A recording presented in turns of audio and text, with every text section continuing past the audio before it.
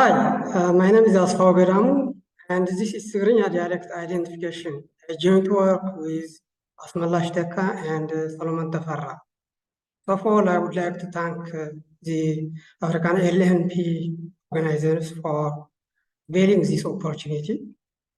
So Tigrinya has around 10 million speakers, and rigorous studies have been conducted in various languages such as French, Spanish, English, and the like.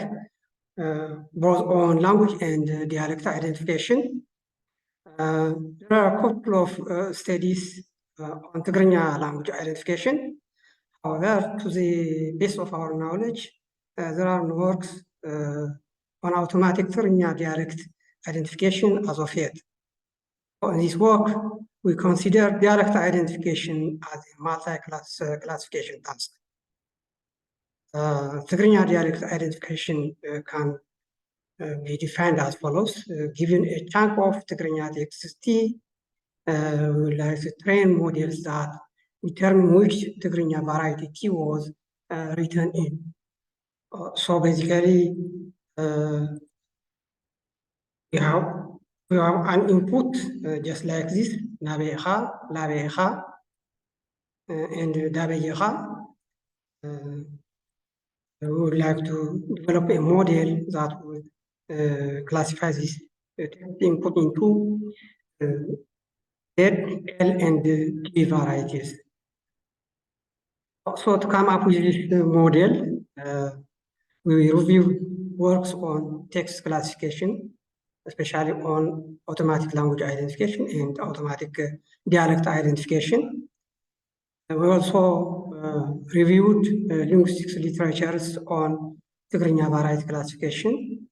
So some scholars divided them into two, just like north and south, and others divided them into D and Z, L and Z variants.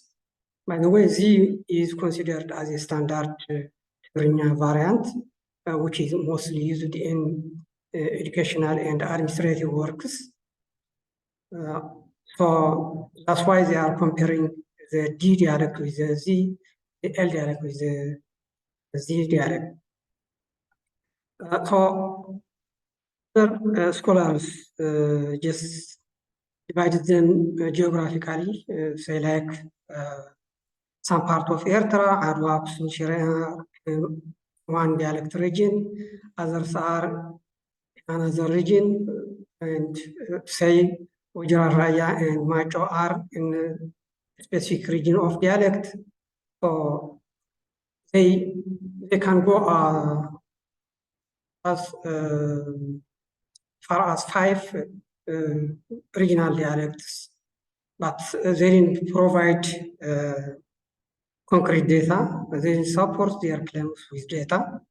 That's why we took these 3 dialects instead and classified them using their linguistic characteristics instead of their geographic or direction naming conventions. So, as you can see from this Venn diagram, those who studied G versus Z have totally forgotten the Li variety. Those who studied V with that of V totally forgot the D variant. That's why we had to prepare this Venn diagram to combine them into 3. And the reason why the dialects are named as Z, L, and D is because relative close markers, positions, and nominal. You begin with Z in the Z variety, L with the D variety, and D in the D variety. As you can see from this table, the words and phrases all start with V, and the same words in Li variety starts with Li, and the D variety they started with D. So this is an experimental research. So we followed experimental research methodology. We took sample books for the varieties, especially for the and Z varieties. We found books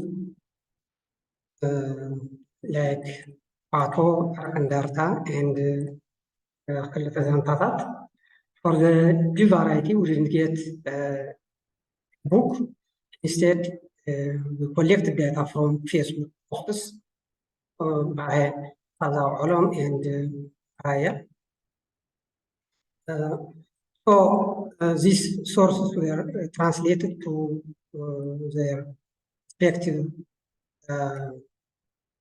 variants. For example, the sentences we got from Fato were translated into Z and D. The same applies to the other variants as well. So after the annotation, the data sets were aligned and regrouped accordingly. Fato and Arkandarta grouped into the D variety, Jano, Azawalam, and Baraya into the D variety, and those Kalitazantatat into the Z variety. So the breakdown is 1,125 in the Z variety, 1,075 in the L variety, and 764 in the D variety. This gives us 2,964 source sentences. When we translate these source sentences to the other variants, we get 1,892 sentences total. We availed this dataset in an open repository called Zenado. So you can find the datasets in this link. When we come to the experiments and results section, of course, we clean the data during the pre-processing step. For factor n-grams that run from 1 to 5 were used as feature models. And we trained both classical and deep learning algorithms from the classical algorithms, bias, SVM, and NN were trained. From the deep learning, we trained CNN, LSTM, and the combination of these two. And the result was achieved by the CNN. It was 92.98. This task has many benefits. Among them, it advances other tasks like machine translation and automatic speech recognition. It will also help researchers to build upon it. That means they will not be forced to start from scratch like us. As feature workers, we would like to increase the size of the current corpus and prepare an audio-based corpus. And finally, study the effect of Tigrinya dialect identification on real-world machine translation application from Tigrinya to Amharic and English and the like. So the main contributions of this study are unified categories of Tigrinya dialects and an annotated data set for the study of Tigrinya dialects. With that, I thank you so much.